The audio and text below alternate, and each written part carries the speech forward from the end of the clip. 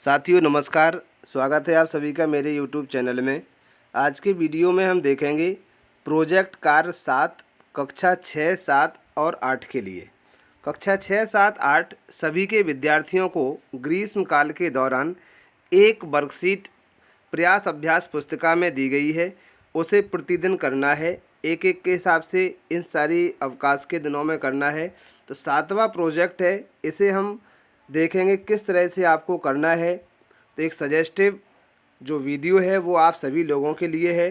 सभी से अनुरोध है कि इस वीडियो को अपने अपने विद्यालय के बने हुए डिजी लैब ग्रुप के माध्यम से सभी के पास पहुंचाने का कष्ट करें, जिससे कि बच्चे समय रहते हुए इस अभ्यास कार्य को कर सकें और प्रोजेक्ट कार्य पूर्ण हो सकें।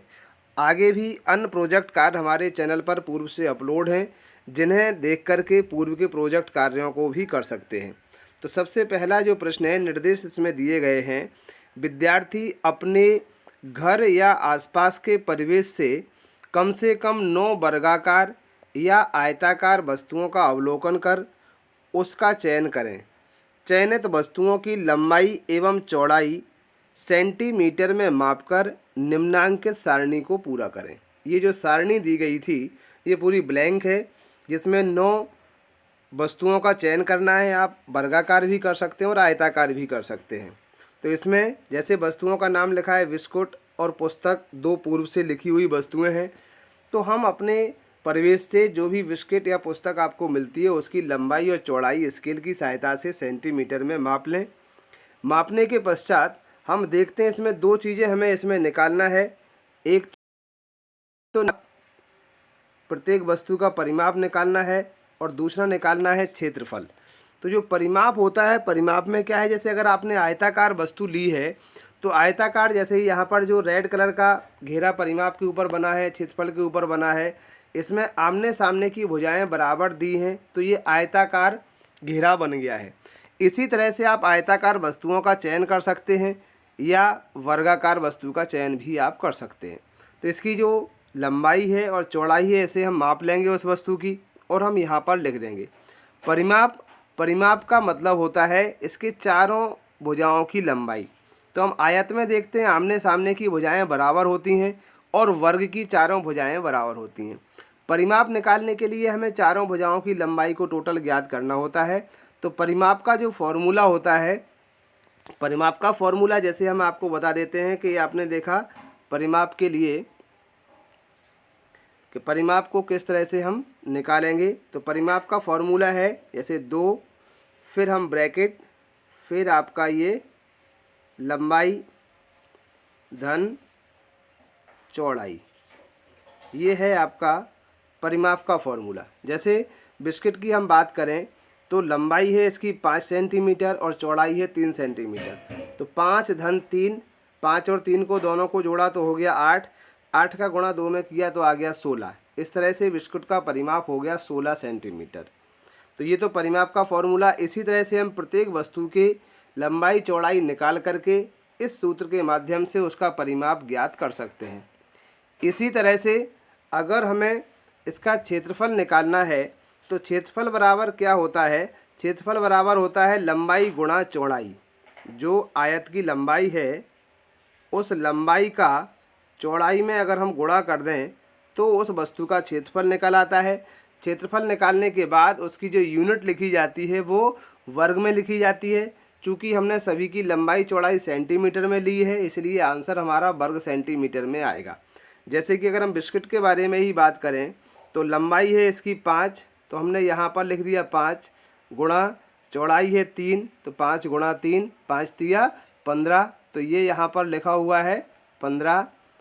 चूँकि सेंटीमीटर में लंबाई चौड़ाई थी इसलिए ये आपका आंसर आ जाएगा 15 वर्ग सेंटीमीटर इसका क्षेत्रफल हुआ। तो इस तरह से हमें जो वस्तुओं का चयन, हमने वर्गाकार वस्तुओं का चयन किया है, सभी का मैंने यहाँ पर निकाल दिया है।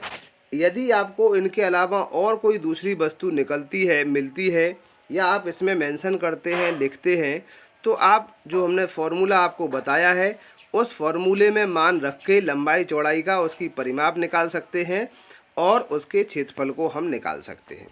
तो यहाँ पर ये 9 वस्तुएं हैं, जैसे बिस्किट, दूसरी है पुस्तक, तीसरी माचिस, चौथी है scale, rubber, duster, compass box, lunch box और मोबाइल फ़ोन। तो इस तरह से सभी का है। जब आपकी ये सारणी पूरी कंप्लीट हो जाती है तो सारणी पूरी कंप्लीट होने के पश्चात इसी सारणी से आधारित 4 प्रश्न इसमें और दिए गए हैं इस प्रोजेक्ट कार्ड में। जैसे पहला है, किस वस्तु का क्षेत्रफल सबसे अधिक है। तो हम सारणी में देखेंगे, जो क्षेत्रफल वाला कॉलम है यहाँ हम देख पा रहे हैं कि 468 वर्ग सेंटीमीटर ये सबसे ज़्यादा मान वाली संख्या है। तो 468 किसका है? पुस्तक का क्षेत्रफल है। तो हमारा इसका आंसर हो जाएगा पुस्तक का। तो किस वस्तु का क्षेत्रफल अधिक है जो आपने लिया हुआ है, तो उसका आंसर हो जाएगा पुस्तक का। इसी तरह से अगला प्रश्न है, किस वस्तु का परिमाप सबसे कम है।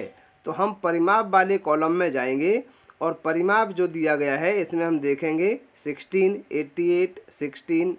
तो ये जो सबसे कम परिमाप है वो है 10 सेंटीमीटर किसका? रबर का। तो इसका आंसर हमारा हो जाएगा रबर का। इसके बाद तीसरा प्रश्न है, सबसे अधिक क्षेत्रफल व सबसे कम क्षेत्रफल वाली वस्तुओं के क्षेत्रफल में कितना अंतर है।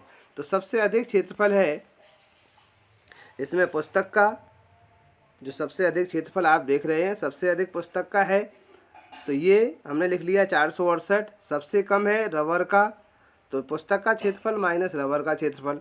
468 माइनस 6 बराबर अंतर आ जाता है इसका 462 सेंटीमीटर। तो ये तीसरा प्रश्न था। इसके बाद अगला प्रश्न इसी पर आधारित है, ऐसी वस्तुओं के नाम लिखिए जिनकी लंबाई व चौड़ाई बराबर हो। तो समान लंबाई वाली वस्तुएं जो हमने ली हैं, बिस्किट और माचिस, जिनकी लंबाई समान है।